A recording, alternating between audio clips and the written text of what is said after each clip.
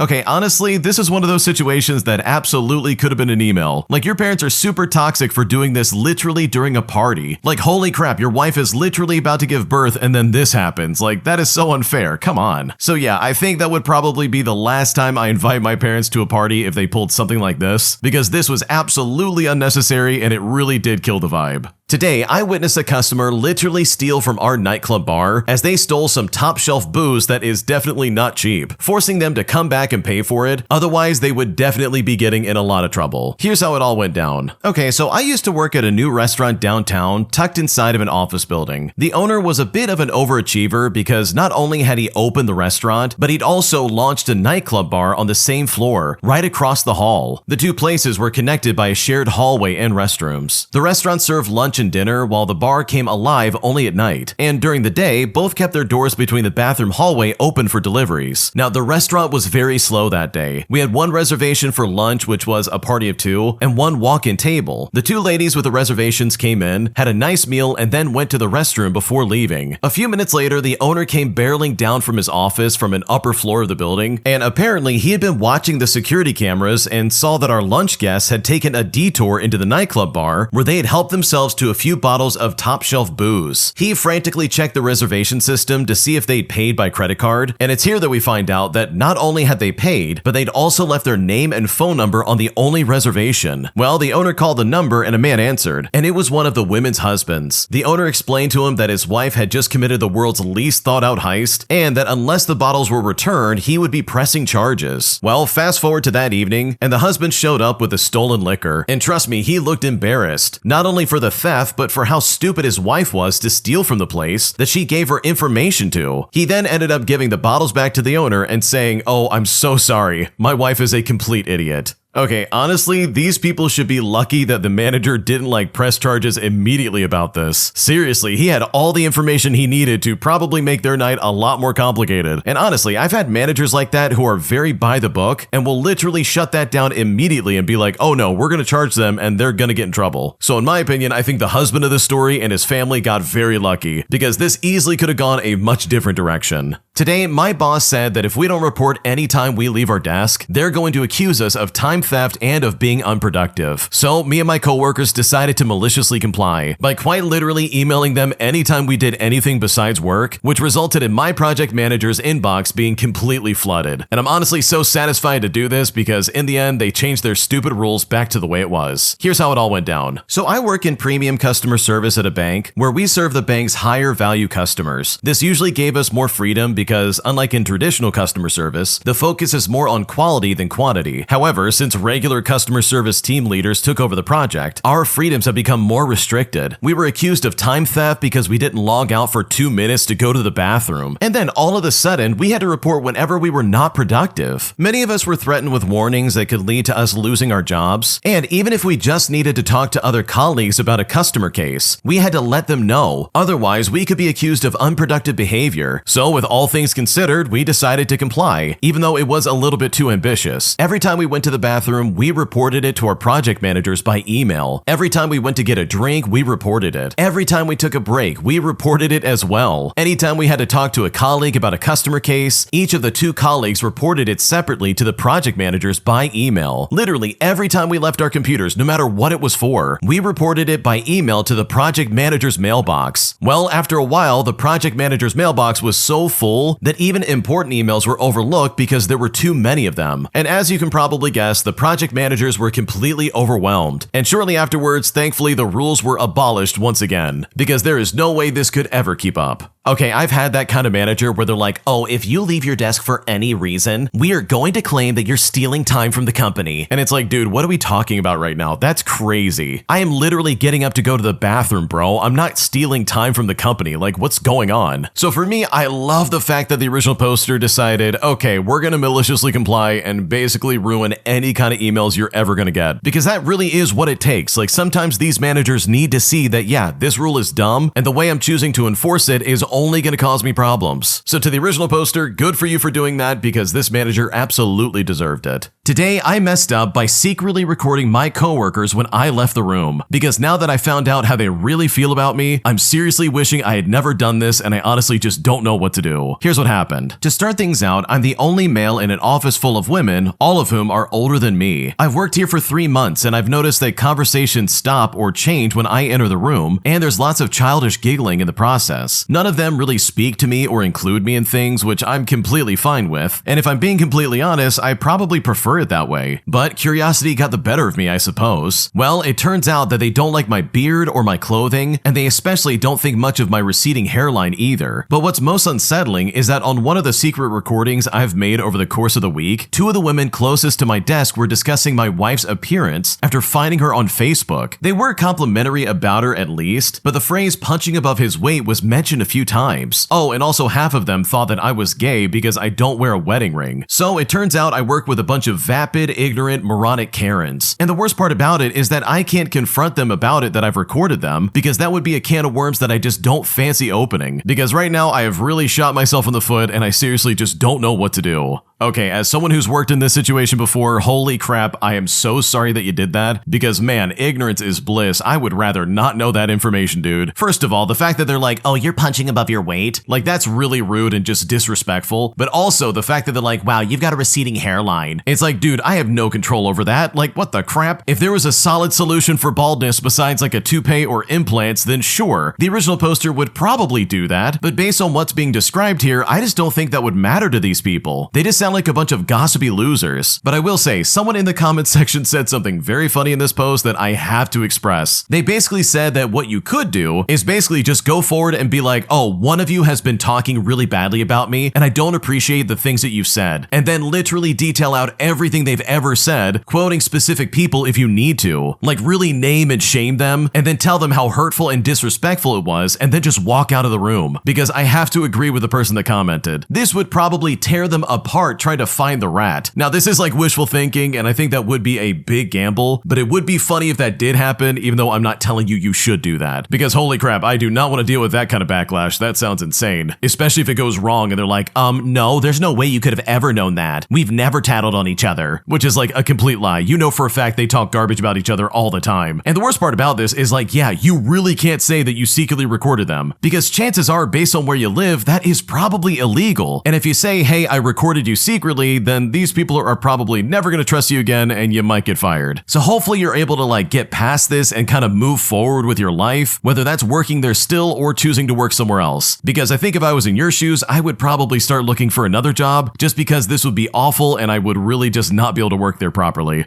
My entitled gym teacher constantly made fun of me, all because I was not athletic. But after dealing with this for so long, I finally found my chance at revenge, where I proved him wrong in a way that made him vomit from exhaustion after we participated in a sport that I knew for a fact I could beat him in, putting him in his place in a way that he never forgot because that guy never bothered me ever again. Here's how it all went down. To start things out, I was born with a heart disease and I had surgery as a kid. I am completely okay, but sports was obviously not my thing. I was small, I was skinny and clumsy because I never really could do the typical outdoor stuff like most kids. I got teased and bullied and all that other stuff, which is pretty typical for a geeky kid who doesn't excel with football. In high school, we had a mildly problematic physical education teacher, a typical sports dude who would make fun of the slower kids. I still remember how he ordered my overweight friend to do a gymnastics jump from a trampoline over a stool, which he obviously couldn't do, and he fell so hard that he cracked his head. I found peace with myself long before and mostly just didn't care and just took it, but it was stupid, and I hated how he always encouraged the jock culture of making fun of the nerds. We would constantly do basketball or soccer. The thing about my specific condition is that I don't do explosive and reactive sports at all, so I would have to sit down every few minutes just to catch my breath. Now, you might think to yourself, okay, what's wrong with that? But I was shamed as being the weakling of the class every single week. But I really like sports though. I like them a lot. I was just always told by my parents and doctors to take it easy, and growing up, I noticed that I had no problem whatsoever with endurance and steady long-distance efforts. As long as I didn't go into the red, I could keep up for quite a while. So it's not a surprise I fell in love with road cycling when I first saw the Tour de France on TV. I was super skinny, I couldn't sprint, but I could climb a long mountain any day, pacing myself and blowing nearly anyone off my wheel on endurance. I got myself a road bike and I never told anyone at school about my rides. And it's right about now that my revenge comes into play. We had a class that was like a sports day, and there was a bus arranged to take us to the top of a mountain about an hour away, which is where we would go on a hike. Our PE teacher said that if anyone wants, he'll cycle up there and we could join him on the climb instead of the hike. Well, I was the only one who volunteered. He was surprised and commented something to the effect of keeping up and that he's not going to wait for me, but even then I still insisted. Now, he couldn't know that I was more than capable to climb that mountain because he only saw me struggling with sports with him. He also couldn't know that that was my home hill, literally starting a kilometer from my house. I did that climb 100 times and I knew it blind. I knew my pacing, and while I was no expert, I knew I could probably drop my teacher off whenever I wanted right then and there. For cyclists out there who climb stuff like this, I mean, it was super regular, but for a non-cyclist, it's a perfect climb for a lightweight rider with good pacing and stamina. So the day arrives and I did my warm-up, my nutrition, and everything, as if this was a life or death mountaintop time trial. Plus, I rocked up at the school in my full racing kit and my racing bike. I was 17 years old, I weighed 55 kilograms, and I was totally prepared. My teacher, on the other hand, was your typical middle-aged, overconfident ex-soccer player, probably weighing about 90 kilograms, rolling up on a standard mountain bike, which is like a super perfect situation. He sets a relatively hard pace on the 10-kilometer flat before the climb, and I don't speak or even take the front. I take my good time to get back on his wheel after intersections, and he probably thinks he will drop me the second he starts going uphill. But then the climb starts, and it becomes very apparent to me, but not to him, that he is near his limit, but at least it's about 10 kilometers slower than what I could do on that mountain. But you know what? I don't attack him. I mean, that simply wouldn't be satisfying. Instead, I start bantering, oh, someone's about to get dropped off today, and wouldn't it be embarrassing if the whole class sees how I beat him? And then once I take over the pace, I slowly start turning the screw on him. I started off by going a little faster and then a bit more, and I knew after about 3 kilometers he was in the red. So I eased off, keeping him just slightly over his limit for the next half hour. I mean, I wanted to make him suffer, but without dropping him. I let him recover for a tiny bit if he starts looking too bad, but then I would slowly push the tempo up to make it as painful to him as possible. It was Tour de France level mind games, and I seriously don't think I've ever enjoyed myself on a bike more in my life. We made it near the top together, and I let it rip on the last 30 meters or so, and it was that typical humiliation attack that every amateur group ride cyclist knows, because this guy dropped like a stone. I finally got my revenge on this guy, and I was very happy with myself. He tried to say say something about his heavy bike, but I just kept my mouth shut. But trust me, it got even better. On the top, he was clearly dead. So much so that he had to vomit in the parking lot, and even if only a few classmates saw it, everybody knew. He then had to sit out of the hike after that, and I just quietly sat there with him because I didn't need to do the hike like he promised, and I just looked at him enjoying the sweet revenge. Now, I didn't say anything after that, and nor did he, but he also never made any comments to me in PE class ever again. So hopefully he learned his lesson that you don't bully your students, because sometimes they might just surprise you in ways that you definitely were not expecting. Okay, I've had gym class teachers like this, and they are the worst. Like, seriously, this is so mean. Like, historically speaking, this is like the one spot that bullies love to go to because the physical differences between kids becomes very apparent. Like, I'm not kidding. I remember being bullied as a kid, and like, the gym class would be the worst place in the world for me. That's the one spot where you're like, dude, I'm just trying to survive so I can get out of here. So when you've got a teacher who literally is the bully, it honestly is so disheartening, and it just really sucks. So I love the fact that you got back at this guy and really put him in his place in a way that is completely irrefutable. Like, this guy threw up in the parking lot. He was so sick to his stomach. There's no way he's coming back from that, in my opinion, because the way he acted towards those kids was just completely unacceptable. If you like Am I the Jerk, you're probably going to love Am I the Genius. Check it out, link down below in the description. Also, go to amithejerk.com/submit if you would like to submit your own stories. My girlfriend's anxiety completely ruined my sister's wedding night for me, and at this point, I'm very frustrated and I just don't know how to address this. Here's how it all went down. Okay, so I've been with my girlfriend for almost 3 years now. I love her deeply, but she has really bad social anxiety. She gets super quiet, avoids people, and kind of just shuts down in social settings. I've always tried to be patient, but something happened at my sister's wedding that really hurt me. Before the wedding, everything was great. She was excited to go and kept saying how happy she was, but once we got there, she just completely froze. She barely talked to anyone, she sat with her friend most of the night, and even avoided my family and friends completely. When the DJ asked for all the couples to come and dance, I asked her to dance with me, but she said no. Later, I asked her to take a photo with me, my sister, and her husband, but she said no again. I even said to her, "Baby, I want us to take a photo, please," and she still refused to do so. When I tried to introduce her to my friends, she just said, "No, don't," and looked upset when I did it anyways. One of my brother's friends even commented later that my girlfriend was just sitting alone all night. And seriously, it was embarrassing. It honestly felt like I went to a wedding with a friend and not my girlfriend of 3 years. What confused me is that when we were sitting down alone, she would be affectionate and throw me kissy faces or touch my hand, but when it came to big moments like dancing or taking photos, she just kind of completely shut down. After the wedding, I told her I felt rejected and alone, and she said she was anxious the whole time and that my asking her to dance or take photos in front of people made her feel like I was showing her off. But that's not what I was trying to do at all. But even if it was, shouldn't your partner have your back in moments like that instead of turning you down multiple times? She has apologized and said that she feels horrible for ruining my night, and I believe her, but it still hurts. I want her by my side, not hiding, not saying no over and over again. I hate that her anxiety keeps stealing these moments from us. I want to support her, but I also want a partner who can stand with me when it matters the most. So how do I support her anxiety without feeling constantly left alone? And is it fair to expect her to push past her comfort zone when it comes to big life events like this? Because right now I don't know what to do.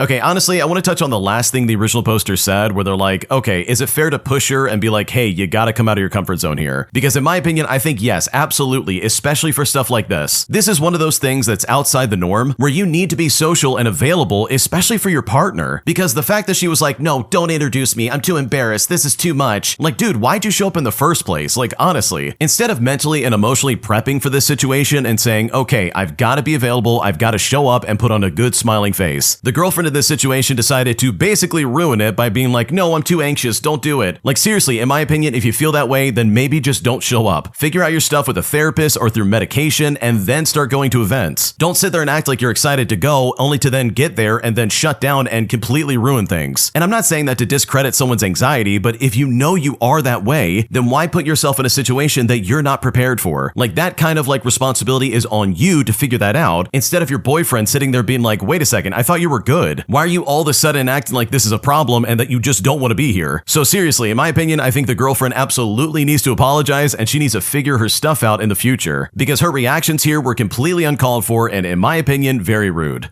My entitled landlord tried to deny giving back our deposit we put down on his apartment, as he tried to trick us into signing legal forms that would have gotten us into a lot of trouble if we had actually gone through with it, putting me and my wife in a situation that honestly we wish we never had to experience. Here's what happened. Okay, to start things out, this happened outside the United States. We rented an apartment for more than 7 years while saving up for a house, and we had to put down 25% down due to not being a citizen. In that time, our landlord never fixed anything and was just generally a typical male boss archetype. He ordered my wife around, looked at our mail, and tried to smoke in our non-smoking house. We had found a place under construction but needed 6 more months for it to be ready. But then he decided to sell the place before our lease was up. In order to placate him, we let agents show the apartment while we were still living there. As tenants, we have the right to refuse while under the lease, but we're just trying to keep him happy for as long as possible. And let me tell you something, the agents were awful. They were taking pictures of my family pictures, asking questions, taking videos, opening pantries, touching our stuff,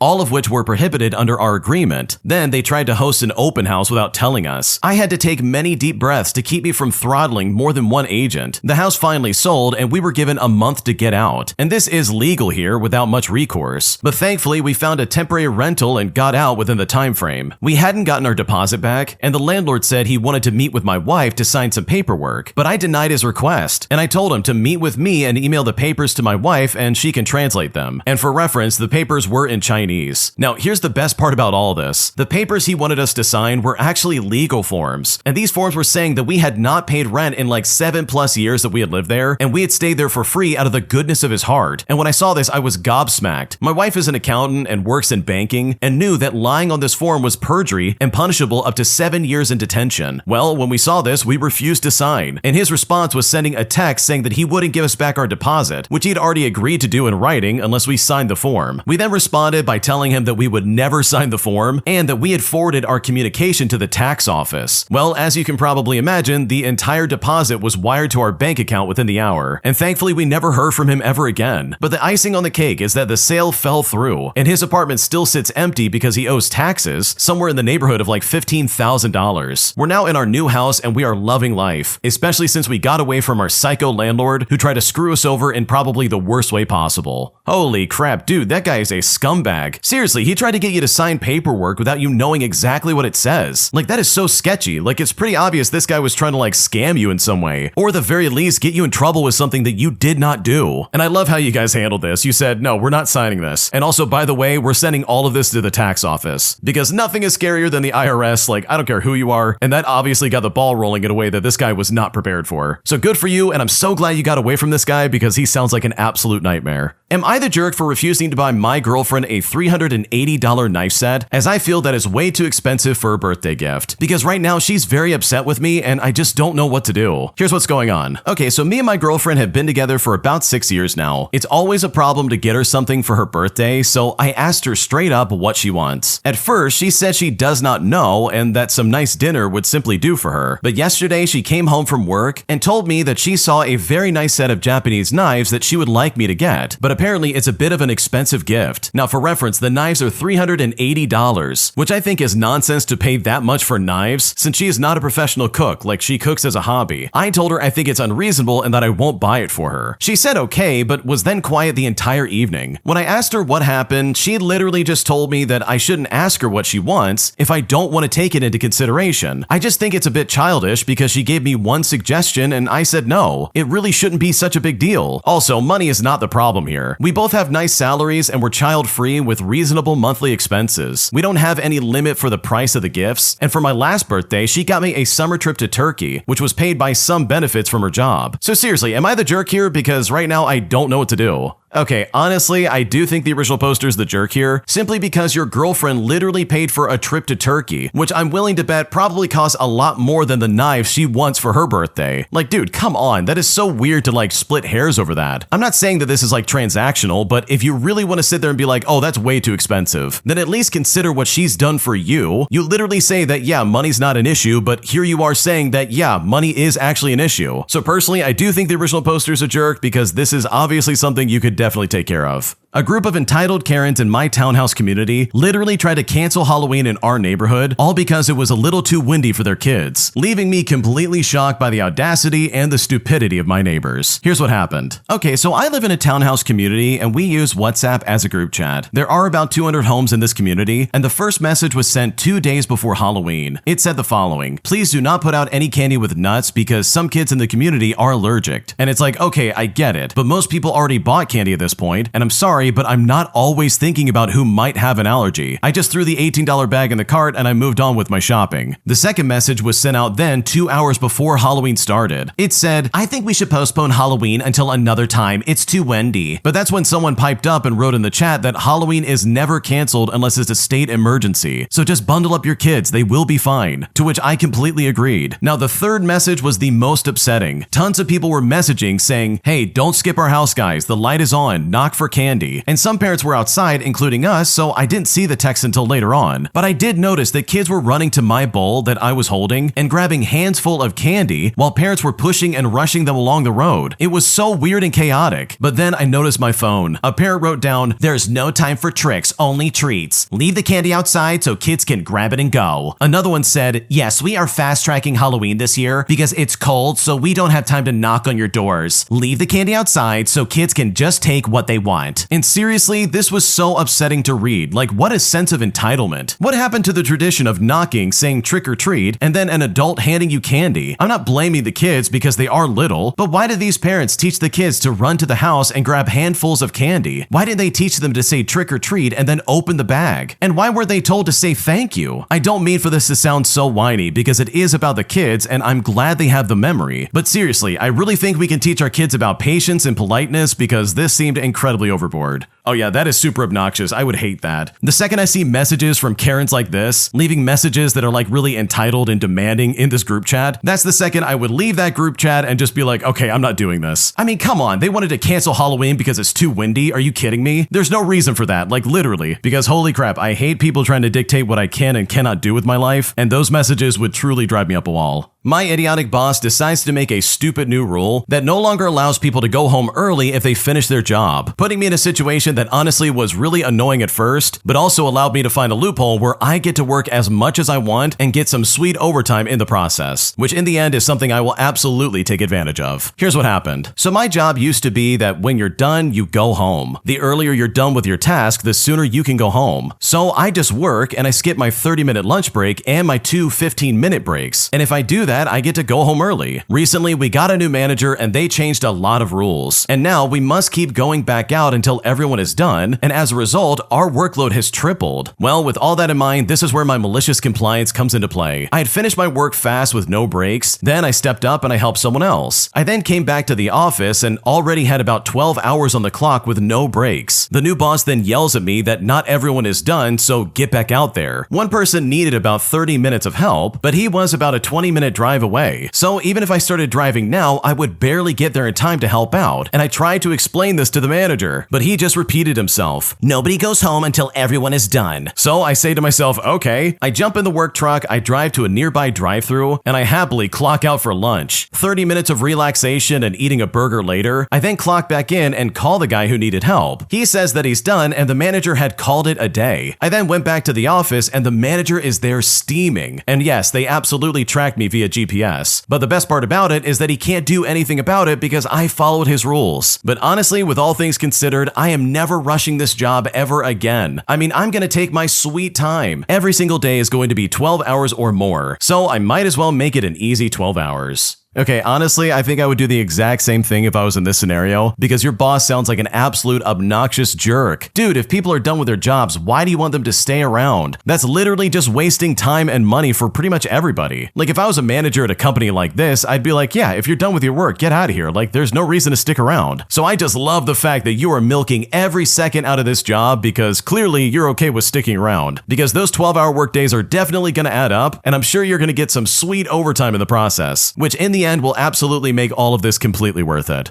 Am I the jerk for telling my brother's wife that being a stay-at-home mom doesn't mean that she gets to stay in bed all the time? Because right now, my brother is very upset with me and I'm just not sure how to fix this situation. Here's what's going on. Okay, so my brother and his wife have a 5-month-old baby. He works for long hours while she stays in home to take care of their baby, and I live about 10 minutes away from them and drop by sometimes just to help out. But lately, every time I go there, she's in bed scrolling on her phone or saying that she needs a break. The house is a mess, bottles are everywhere, the laundry's not done, there's dishes in the sink, and there's a baby crying most of the time. Well, last weekend, my brother called me saying that he was losing it. When I got there, he was trying to cook dinner with one hand and holding the baby with the other. His wife was literally in bed watching Netflix. I then ended up feeding the baby, cleaning up a bit, and helping him calm things down while she stayed in bed the entire time. After that, I went to her and I asked her if she was okay, and she replied by saying, "Yeah, I'm a bit exhausted." Now, I can understand that being a new mom is rough for people, but my brother works about 50 hours a week and still helps with the baby, so I just lost my cool. I then said to him, "Look, being at home doesn't mean that you always have to be in bed scrolling and watching TV shows." When I said this, she started crying and complained to my brother, and now he's mad at me for hurting her. I literally don't have anything against her, I just felt bad for him doing everything by himself, and he is still mad at me for that. So am I the jerk for saying these things to her just because I wanted to help my brother out? Because right now I don't know what to do.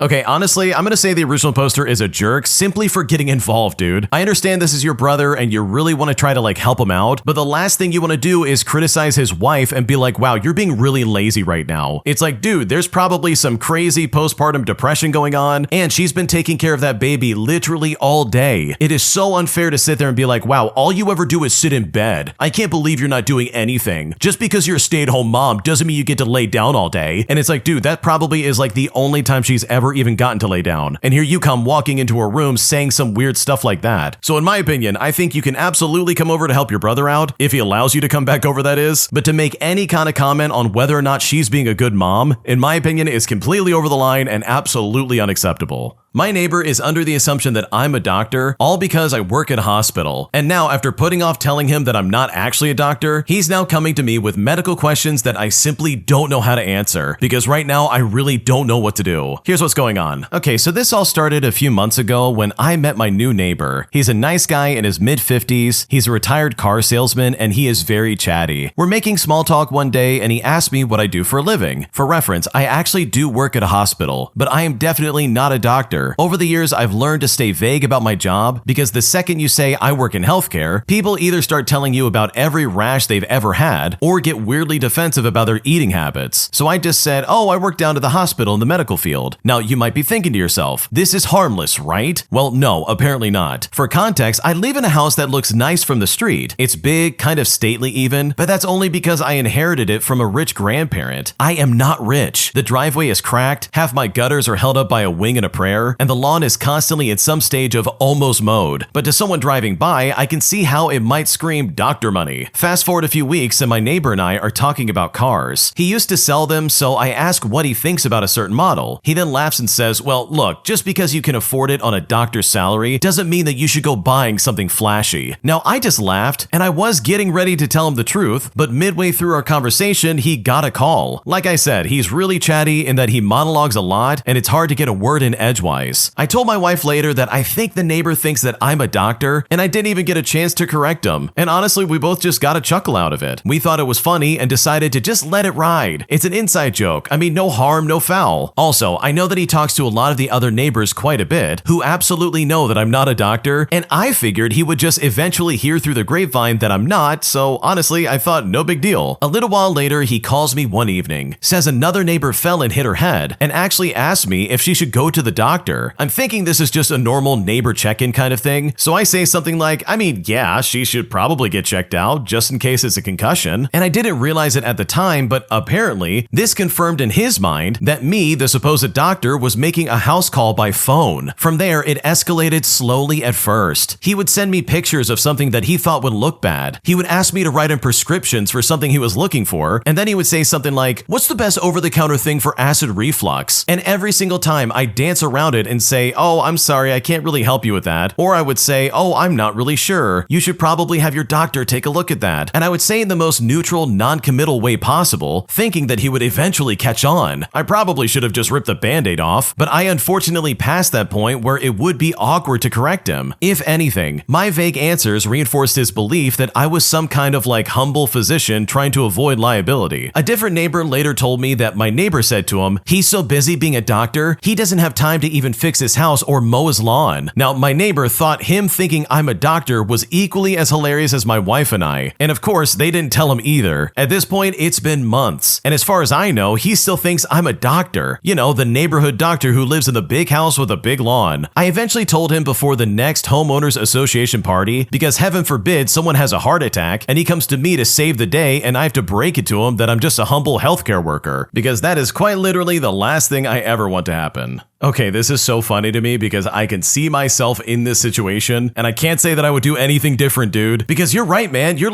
in for a penny, in for a pound. And this went on for months. That is crazy. It's hilarious to me that you got away with it for as long as you did, but also I really hope this neighbor took it well. Because you're right, if someone has a heart attack, you do not want him at your front door, especially if you're not actually a doctor. If you like Am I the Jerk, you're probably going to love Am I the Genius. Check it out, link down below in the description. Also, go to amithejerk.com/submit if you would like to submit your own stories. Am I the jerk for refusing to pay for any rounds of drinks, all while I was having a night out with my friends? Because at the end of the day, they were demanding that I help pay for something that I didn't get myself. And at this point, I'm not sure if I'm in the wrong. Here's how it all went down. Okay, so me and my friends went out for Halloween last night, and for a bit of background, I stopped drinking when I was 19 years old just because I disliked the way it made me feel, and I really just didn't feel comfortable drinking anymore. Because of this, I was not planning on drinking last night, and you know what? I didn't. My friends do know this, but they do sometimes pressure me to drink by saying something like, oh, one drink won't hurt. So I usually just tell them that I have stomach problems, which isn't a complete lie. Now, I did not realize we were buying rounds of drinks until the first girl asked us what we wanted, and I just got tap water, which is free. I did have a cranberry juice at one point, but I paid for it and I didn't expect either friend to pay for it. Later that night, after both girls had bought a round each, they asked me to pay. Now, I said no because I did not see it fair that I had to pay for both of their drinks, whilst mine was either water or nothing, and alcohol is quite expensive, especially since it was Halloween night. They then said, it's only fair since we bought you a drink, which I had to remind them again, water did not cost anything, and that I bought myself a juice and did not expect them to pay for it. They asked me again and said that I should also just get a drink this time, but I refused. The first girl who bought the drinks eventually just bought the round, and the rest of the night, they both kept making snarky comments about it, one even asking if I was having money problems at the moment, and that it was okay if I needed money help. I then stayed with one of them for the night, and when I left, I kept thinking about it, and I honestly felt a bit bad. I kept thinking that maybe I should have just paid for them since we were all having a fun night together. So seriously, am I the jerk in this situation? Because right now, I'm honestly not sure if I made a mistake. Okay, I gotta be completely honest. I think your friends are terrible people. Not only do they know that you don't drink anymore because it makes you uncomfortable, but they're also trying to push it on you and be like, oh, one drink's not gonna hurt. Come on, you need to drink something with us. Go ahead and do it. What are you talking about? Can you not respect the original poster's boundaries? What's happening? That, in my opinion, is the mark of a really bad friend, by the way. You say you don't drink, but they disrespect that and say you should drink anyways. Holy crap, that is so inappropriate. And if they really did know that and they knew that you were not gonna drink, then it kind of leaves me to believe that the only reason they brought you out there is so that they could use your money. And if that's the truth, then good lord, you can find way better friends than this. So no, you're not the jerk, because why should you have to pay for something that you did not participate in? I think it's ridiculous that they tried to do that to you because you have no reason to pay for something that you did not buy. An entitled friend came to visit me for 10 days and somehow expected that just because he gifted us 4 bottles of cheap wine, I would then finance his entire holiday in my country, putting me in a position where I had to practically beg him just to pay me back. Here's what happened. Okay, so the friend I'm going to be referring to would occasionally see my photos on social media, and basically he wanted to come visit my country. For the few years that we have known each other, he never once messaged me for a catch-up. Then one day, he just suddenly messaged me saying that he's coming to see me. Now, my partner and I were happy to have a visitor regardless, and we said that he could stay with us, and we could go on a road trip with him in our car. We even picked him up at the airport at 5 o'clock in the morning. He showed up with 4 bottles of wine, maximum of maybe $7 each. We appreciated the gifts and insisted we share the wine together on the trip. Then for the next 10 days, whenever we ate out, bought gas, paid for attractions, and even hotels, he just stayed quiet and never offered to pay. And he never said thank you either. We drove for 5 days and over 1,000 kilometers. As for the hotel, I told him explicitly the costs, and he said that he's fine with it. Now, don't get me wrong, I get it. On the first day or two, he might not have local cash, and it's okay for us to treat him to a meal or two. But for 10 days, are you kidding me? He had free time in the city, and he could have exchanged some money to pay for himself later, and then pay us back for the things we paid up front for him. We asked him nicely on the 4th day how he wanted to pay us back, to which he said bank transfer. So we just waited. Then on his last day, just 4 hours before he flew home, he still mentioned nothing about the money. I then got visibly cold and upset, and at this point we had to bring it up again, show him the bill, and make him transfer right before he left. After the trip, he messaged us thanking us for the trip and asked if he did anything inappropriate as a guest to help him improve. And it's like, dude, I'm not your mom, your therapist, or your teacher. Like, I really can't teach you how to be a polite, functioning adult. He's a 30-year-old software engineer working in Germany with a good salary. Like, this is not a teenager. Who in the world shows up in a friend's country and not pays a single penny for their own vacation? Needless to say, I cut him off on social media after this trip, and hopefully he's able to see why, because this was honestly completely unacceptable. Oh man, the original poster really put up with quite a bit here. Seriously, why did you not shut that down immediately? Like, the second this idiot tries to act like some kind of mime where he can't talk, that would have been the second I would say, hey buddy, you gotta pay me for your time here. Or at least go exchange some money so you can pay your own way. I should not have to foot the bill, this is crazy. And you can bet if you didn't ask him before he caught that flight, he absolutely would have gotten out of there, and he never would have paid you back. And that is crazy in my opinion. So yeah, this guy's an idiot, but also you really should have stood up for yourself much sooner than that, because this guy's behavior was stupid, and honestly, it was really avoidable. My entitled neighbor keeps calling the cops on the people above them, as they file just about every complaint in the book to try and get them evicted. But all of this backfired in a tremendous way that for me kind of proves that karma absolutely exists. Here's what happened. Okay, so I manage a small multi-unit building in New York City, and one of the tenants was a neighbor straight from the depths of Hades. She complained about the people who lived above her on a daily basis, a married couple in their late 20s, and one of their siblings sharing a 2-bedroom apartment. She would call the police, the city, and our office constantly about excessive noise. Every single time, the complaints turned out to be completely unfounded. Some were made when the upstairs tenants weren't even home, and once when they were out of the country. And I knew they weren't lying because when I called them, their phones had that international ringtone. The downstairs tenant works from home and insists that any normal daytime sounds between 9 o'clock and 5 o'clock are completely unacceptable and prevent her from doing her job. She decided to dig through city records and discover that the upstairs unit was still listed as a 1-bedroom apartment. Well, she then immediately demanded that we evict the upstairs tenants for illegal occupation. When we didn't do that, she went straight to the city and filed a complaint, and that move backfired on her mission to get peace and quiet. The city issued a violation and gave the landlord 2 options: either revert the unit back to a 1-bedroom or bring it up to current code as a 2-bedroom. Well, the owner chose to bring it up to code. The upstairs tenants, the married couple and the sibling, were temporarily moved into another apartment rent-free while construction went on for a month. Work started every morning at 8 o'clock sharp and wrapped up at around 4 o'clock in the evening. Ironically enough, the couple had actually been planning to move out before all of this. The old walls had some lead paint and they just weren't comfortable staying long term with that. But since the renovation completely gutted and rebuilt the place, new walls, updated wiring, everything up to modern standards, they just simply decided to stay. So now the downstairs tenants who couldn't stand daytime noise got to experience 5 straight weeks of hammering, drilling, and construction boots overhead every single day. And when it was all done, it was still a 2-bedroom apartment, with a married couple moving back in, and the sibling deciding not to return because the 2nd bedroom was now being turned into a nursery for their new baby, which was on the way. And now this lady gets to enjoy the sounds of a crying newborn and little feet running around all day, every day. Okay, I love this so much because holy crap, if you're gonna be working from home, then guess what? You're gonna have to deal with the noises that come along with it. That means hearing cars drive by and people walking around and making noise. Like, you get to enjoy the benefit of working at your house instead of going to an office, but in exchange, you're probably not gonna have any peace and quiet, and that is nobody's fault, and it's honestly just something you have to deal with. So for me, I love the fact that the owner took the loudest option possible, especially after all the trouble this stupid tenant put them through. That, in my opinion, is some fantastic karma, because this downstairs neighbor absolutely deserved it. Today, my friend's boyfriend broke some expensive items that I had at my house during a dinner party, and now that I'm asking him to replace those items that he broke, my friend is trying to act like I'm the one being unreasonable and that I'm asking way too much of him. And at this point, I'm not sure if I'm in the wrong here because I seriously just don't know what to do. Here's what's going on. So I recently hosted a dinner party for my friends, and I allowed them to bring their significant others and a plus one. One of my best friends of many years brought her boyfriend, whom I've never really met until now. During said party, her boyfriend wanted to show off his ability to do a handstand, effectively knocking into one of my tables and shattering a lot of expensive pottery and glassware. No one was hurt, but everything was shattered beyond repair. My best friend apologized profusely, and I said it was fine. I just wanted the items that were damaged to be replaced. Now, I'd like to clarify that the items were expensive for what they were, because they were made by small artists, but they were not expensive overall. It was stuff like vases and ornamental bowls, and I'd reckon it was maybe about like $80 per item that he broke, and he broke 3 in total.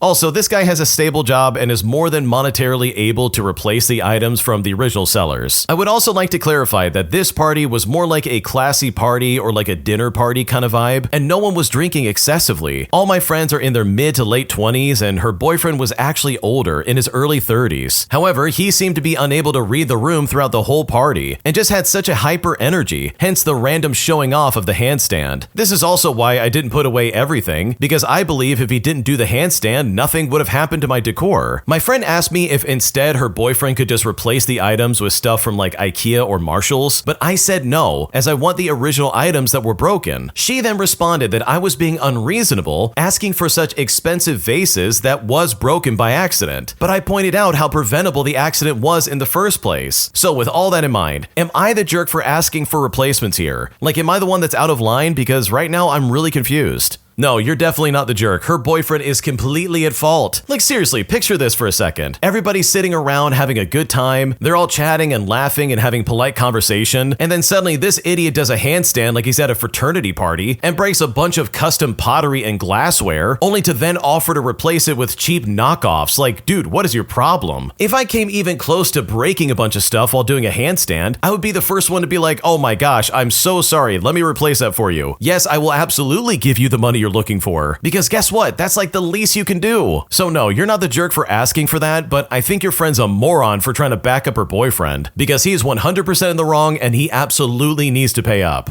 Am I the jerk for not telling my sister that years ago her fiance used to flirt with me? Because after this was brought up during dinner, my sister is actually trying to accuse me of betraying her, saying that I kept a massive secret from her and that she feels gross thinking about the entire scenario. Because right now I really just don't know what to do. Here's what's going on. Okay, so my sister is getting married this December to someone who I will call Jake for the sake of the story. I've known Jake longer than she has, and we actually went to college together, but we never really were close friends. Back then, Jake and I were part of the same study group. We flirted here and there, and he even asked me out once, but I politely declined because I wasn't really into him. He seemed fine with it, and that was that. Fast forward about 3 years later, and my sister brings Jake home as her new boyfriend. My jaw almost hit the floor, but I tried to play it cool. They seemed happy, and Jake acted like he didn't even recognize me at first. I never mentioned our little almost thing to my sister because it really did feel irrelevant. We never dated, kissed, or anything like that. Just a few flirty text messages and a coffee invite that never even happened. But last week during a family dinner, my cousin accidentally brought up our old college friend group and mentioned Jake, and then said, "Oh yeah, remember when he used to hit on you all the time?" When my cousin said that, you could have heard a pin drop. My sister froze and Jake instantly turned red. Meanwhile, I just wanted to sink through the floor. After dinner, my sister pulled me aside and accused me of keeping a massive secret from her. I told her it wasn't a big deal because nothing ever happened, but she called me a liar and said I betrayed her and that she feels gross thinking about us being in the same room. Now, my mom says I should have been honest from the start, and Jake texted me later apologizing for being stupid back then and saying that he should have told her too. It's been days and my sister still won't talk to me, and my fiance thinks that she's overreacting. But now I'm honestly wondering, like, was I wrong for not saying anything earlier? Because right now I don't know what to do. Okay, in my opinion, I don't think you did anything wrong. That entire scenario between you and Jake was a long time ago, and there is no reason to bring it up. Like, why on earth would you bring that to the front? Your sister's clearly happy with Jake, or at least she was, depending on how this is gonna go down. And Jake obviously caught on and was like, okay, let's just pretend everything's cool and everybody's gonna get along. So if anybody's a jerk in this situation, it absolutely is your cousin. They are such a troublemaker for even bringing this up in the first place. Like, what are they doing? What do they really expect to get out of this, besides that's causing unnecessary chaos in the family. Like, that's incredibly toxic and completely unnecessary in my opinion. So no, you're not the jerk. You didn't do anything wrong. Sure, you probably could have mentioned this at some point in the past, but for this to be like, oh wow, you hid this from me, you kept a massive secret and you betrayed me. Like, that absolutely is an overreaction, and that is so crazy to me. If anything, she's probably just embarrassed about the whole scenario, and instead of listening to reason, she's trying to make a mountain out of a molehill. And that is absolutely not your problem and not something I would ever dwell on if I was in your shoes. Am I the jerk for backing out of house sitting for someone all because their new cameras record sound, which is something I absolutely cannot allow while I'm working there? Because right now they are very pissed off, as they've literally made plans dependent on whether or not I can house sit for them. And at this point, I really don't know if I made a mistake. Here's what's going on. Okay, so for a bit of context, I work in corporate and I handle highly sensitive and classified information. Plus, I take many calls around technology and trade secrets. Due to my work schedule, I will not be taking time off for Thanksgiving. Now, a friendly couple lives about 2 hours away. They plan to travel for 4 days during Thanksgiving and asked early in September if I could house sit. Due to the location itself, they have difficulty finding someone as they have no family or friends close by, and randoms are either unreliable or just super expensive. I have done this a few times, and since my partner would be away during those days, I decided to accept it. They're about 20 minutes away from the nearest town and have several security measures in place, including cameras in every room except for the bathrooms. And it's important to say that I know about this and I don't mind this at all. A week later, they politely inquired if I would be open to staying longer. That way, they could extend their vacation for about 10 days and then organize a family reunion. I checked with my partner, who then also extended his time away, and I confirmed that I would be happy to do this. The house, by the way, is amazing. It's got a pool, a hot tub, a home theater, a massive kitchen. So overall, it is a real treat, despite the 2-hour drive to get there and me working throughout my stay. At their insistence, they have always paid me a token amount, even though they fully stock up for house sitters, and I would absolutely do it for free. They are taking a mini trip to our area, and we met yesterday for dinner. Well, it came up that they upgraded their security system to cameras that also record sound. I then asked how I could turn that feature off, and they said to me that first of all, they don't know if that's possible outside the mobile app, which I won't have access to, and secondly, they just got them installed, and they would rather I don't turn it off or tamper with the cameras at all, which is like the other times I house sat for them in the past. Well, when I heard this, I told them that won't work. If their new cameras record sound, I would not be able to take any calls in the office or even at all for that matter. That is, unless I went to the bathroom or go outside, neither of which I'm willing to do. I told them these are my boundaries, and I'm happy to do it, but I want total control of the camera sound while I'm there. I then said they can think about it and let me know as soon as possible. Well, they're now understandably upset, because for one, they extended their time away only after they confirmed I would be available, and now they can't cancel and get refunds on tickets and bookings. Secondly, finding someone so last minute due to the location is a lot more difficult, let alone incredibly stressful. And last of all, it would cost a lot of money to find someone random to house sit for the original 4 days during Thanksgiving, let alone 10 extra days. My partner later suggested that I should reconsider working during Thanksgiving week, that I should just take a break and treat this as a vacation for myself. That way I can both relax and not inconvenience our friends. But honestly, I'm just completely swamped with work and I can't slow down right now, and were I not to work during Thanksgiving, I would rather join him and not house sit alone in the middle of nowhere. So am I the jerk for backing out last minute over this detail? Because right now I just don't know if I'm in the wrong or not.